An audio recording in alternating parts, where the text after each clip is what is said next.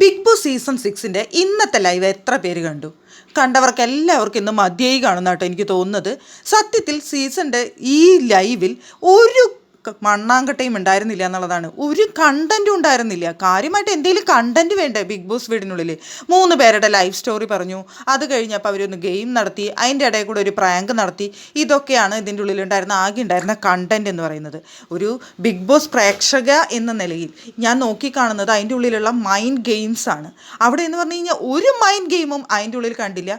സത്യം പറഞ്ഞു കഴിഞ്ഞാൽ എന്തെങ്കിലും കണ്ടൻറ്റ് കിട്ടണമെന്നുണ്ടെങ്കിൽ രതീഷണ്ണ എന്തെങ്കിലും ചെയ്യേ എന്ന് പറയേണ്ട ഒരു അവസ്ഥയാണ്. എന്നാൽ രതീഷ് എന്തെങ്കിലും ഒന്ന് ചെയ്തു കഴിഞ്ഞാൽ ബാക്കിയുള്ളവരാരും ഇപ്പോൾ മൈൻഡ് ചെയ്യില്ല, തല്ലുവിടാനും പോകുന്നില്ല, ഒന്നിനും പോകുന്നില്ല, നിങ്ങൾക്ക് അങ്ങനെ കണ്ടൻറ്റ് തരുന്നില്ല എന്നിട്ട് അവരവിടെ അടങ്ങി കുത്തിയിരിക്കുകയാണ്.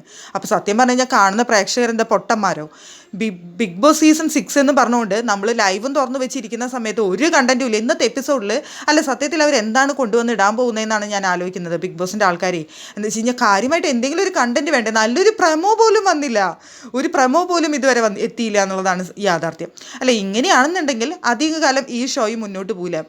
ബിഗ് ബോസ് സീസൺ 5 ആയിരുന്നു ഏറ്റവും മോശം എന്നൊക്കെ പറച്ചിലുണ്ടായിരുന്നു. പക്ഷേ ഇതിലും ഭേദം സീസൺ 5 ആയിരുന്നു തുടക്കത്തിലൊക്കെ സമയത്ത്. തുടക്കത്തിലെ അടിയും പീട്ടിയും അങ്ങോട്ടും ഇങ്ങോട്ടുള്ള വാശിയും ഒരു ഇഷ്ടം അങ്ങനെയൊക്കെ ആയിട്ട് എങ്ങനെയെങ്കിലുമൊക്കെ മുന്നോട്ട് പോയിരുന്നു.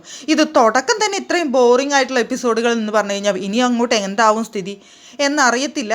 എന്തായാലും ഇന്നിപ്പോൾ ലൈവ് കണ്ട് എനിക്ക് തോന്നിയത് വളരെ ബോറിംഗ് ആയിട്ടുള്ള എപ്പിസോഡ്.